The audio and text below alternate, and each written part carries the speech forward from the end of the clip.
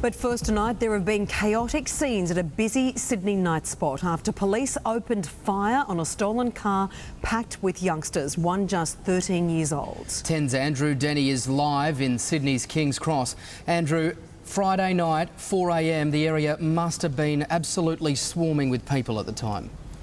Matt, it was absolutely packed. Police had been trying to stop the stolen car when it mounted the footpath and started mowing down pedestrians. Now, senior police say their officers had little other choice but to open fire, although today they have been highly criticised for it. All of this was captured on people's mobile phones, and a warning: the following pictures are graphic and disturbing. The engine of the stolen car still screaming. Police lay into the motionless teenager they'd just shot. Around 4 o'clock this morning, officers spotted 6 youths in this Honda Civic, the underage driver just 14 years old. They tried to pull it over, but it sped up a crowded footpath, mowing down 2 young women. Car coming towards me and I just threw the girls to the ground, and next one I know, the car's back on the road. Then, in a crowded King's Cross, police opened fire. The driver of the car was hit twice. The front seat passenger hit once. I was just like, hey, what are you doing? No, and then just shot him. I saw what was happening, and it's like, I saw something bad happening. I was screaming at him, no, don't. The teenagers were unarmed, wounded and bleeding. They were hauled onto the street and arrested. They didn't resist, and police didn't hold back. Pulled out and brutally, like, hurt by quite larger police officers. Officers sealed off the crime scene, but as the boys' families arrived, tensions flared.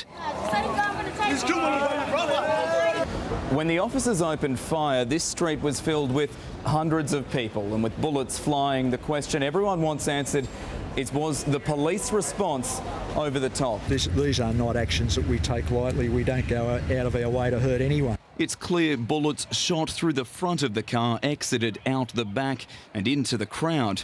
Only luck no one else was hit. Now, the 14-year-old driver received a gunshot wound to his chest and arm, and his 18-year-old passenger was shot in the neck. Both are in a serious but stable condition in hospital tonight, and police are expected to charge all 6 who were in the vehicle very shortly. All of them are Indigenous youths from Sydney's Redfern area, and given that area's checkered past with police, the boys' families were today brave enough to come forward and call for calm. Loved ones of the boy and his teenage mate left their intensive care bedsides to call for calm. The family have asked me to emphasise this has got nothing to do with Redfern.